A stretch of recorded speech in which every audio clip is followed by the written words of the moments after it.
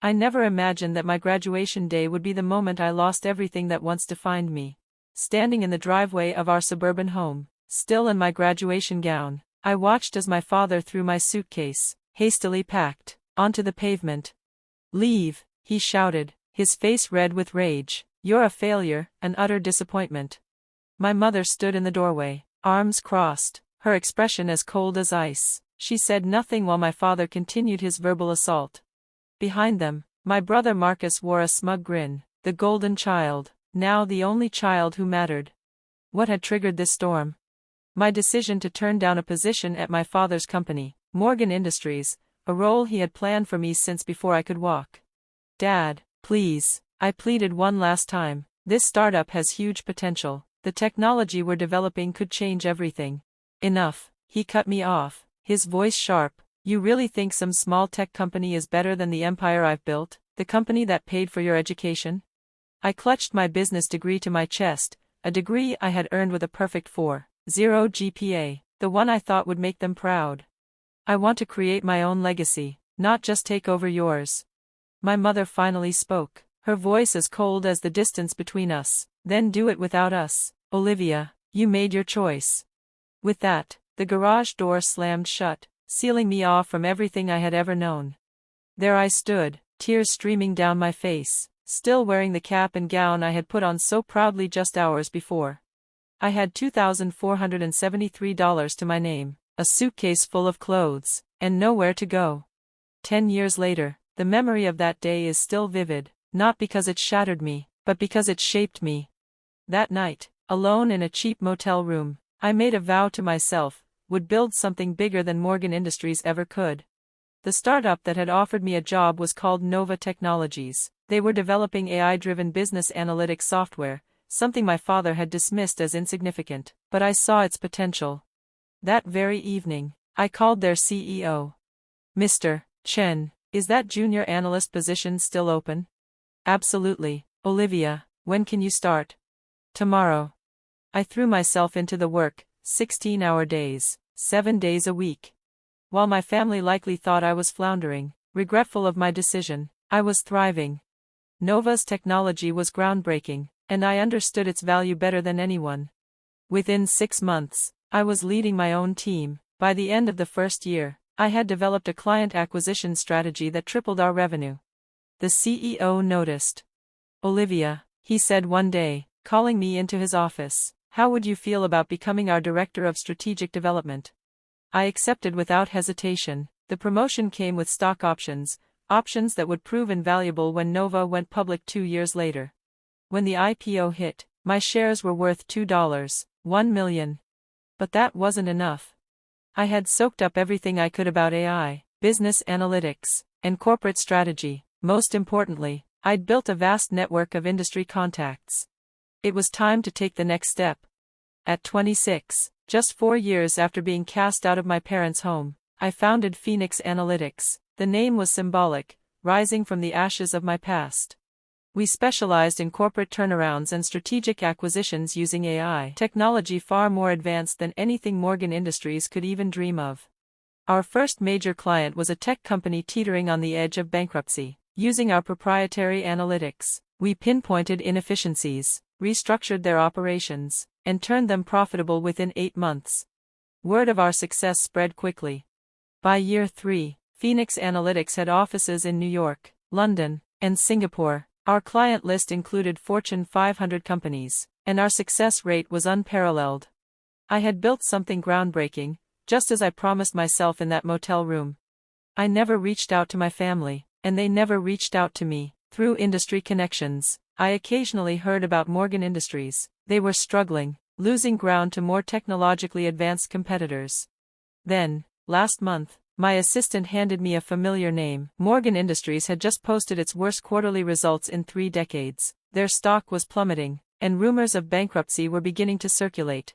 I sat in my corner office on the 50th floor of the Phoenix Analytics building, gazing out over the city skyline. On my desk lay a detailed report on Morgan Industries, every weakness, every failure, every opportunity for acquisition. My father had always prided himself on building his empire from nothing. Now, I had built something bigger, something better. and I was about to show him exactly what his failure of a daughter had achieved. I picked up my phone. Sarah, prepare the takeover documents for Morgan Industries, and make sure my signature is prominently displayed. 10 years after being thrown out with nothing but a suitcase and a degree, I was about to become the owner of my father's precious company, but this was only the beginning. The real moment would come when they opened the takeover notice and saw my name. The look on their faces would be priceless. The morning the takeover notice arrived at Morgan Industries, I watched the security feed from my office. The courier handed the envelope to my father's assistant, who immediately carried it up to the executive suite. My heart raced as I saw my father open it. His face shifted from confusion to shock, then pure rage. Through the camera, I saw him grab his phone, his hands trembling. Seconds later, my private line rang. "What is this?" he demanded, barely containing his fury. "Hello, Dad," I said calmly. "I see you got the notice. Phoenix Analytics." "You're behind Phoenix Analytics?" The disbelief in his voice was almost amusing. "Founder and CEO," I confirmed. "Would you like to discuss the takeover terms in person?" A long silence followed. "Then meet me here in an hour." "No," I replied firmly. "My office, 2 p.m. Bring Mom and Marcus. They should hear this, too."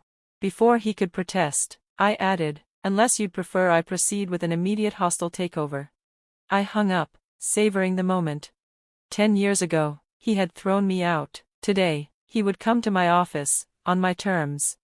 At exactly 2 p.m., my assistant's voice came through the intercom. "Your family is here, Miss Morgan. Send them in." The door opened, and they filed in, my father first, then my mother, and finally Marcus. They looked older, worn down by years of watching their company crumble. My mother's flawless appearance couldn't mask the deepening lines around her eyes. Marcus had lost his smug grin, replaced by a barely concealed sense of panic. "Please, sit." I gestured to the chairs facing my desk. The floor-to-ceiling windows behind me offered a sweeping view of the city below, an intentional power move. "How dare you," my father began, his voice thick with fury. But I interrupted. "How dare I build a successful company, create technology that's reshaping the industry, or is it that I dared to take over the company that was supposed to be my inheritance, before you threw me away?" My mother's face stiffened. "We didn't throw you away, you chose to leave." "Really?" I pulled out my phone and played a recording. Their voices filled the room, harsh and clear. "Get out, you're a failure."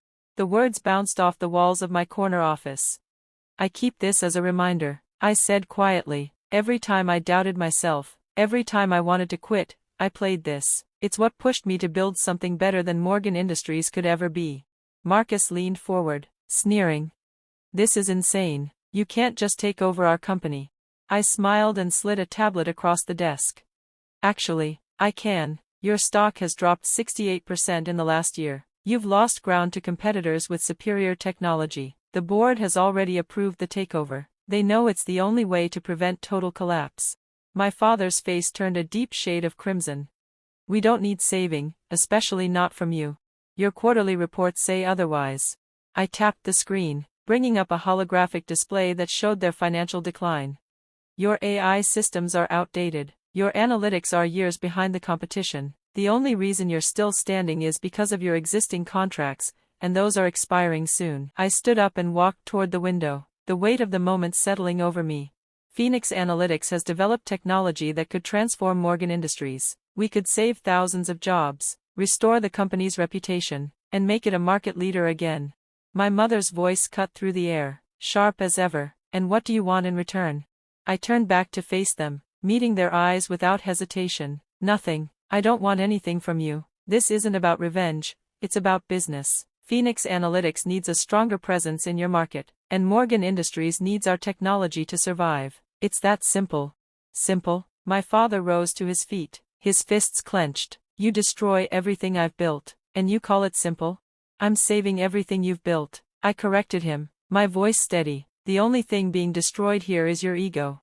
Marcus, his voice rising in desperation, jumped in. "What about me? I've been running operations for years." I nodded, pulling up a file on my tablet. "Yes, I've reviewed your performance. Under your leadership, operational efficiency dropped by 40%. You'll be offered a severance package." The room went still. Through the window, I could see the afternoon sun casting long shadows over the city, this same city where, 10 years ago, I had sat in a motel room planning my future. You have two options, I continued: accept the takeover, or watch Morgan Industries collapse in the next 6 months. Your choice.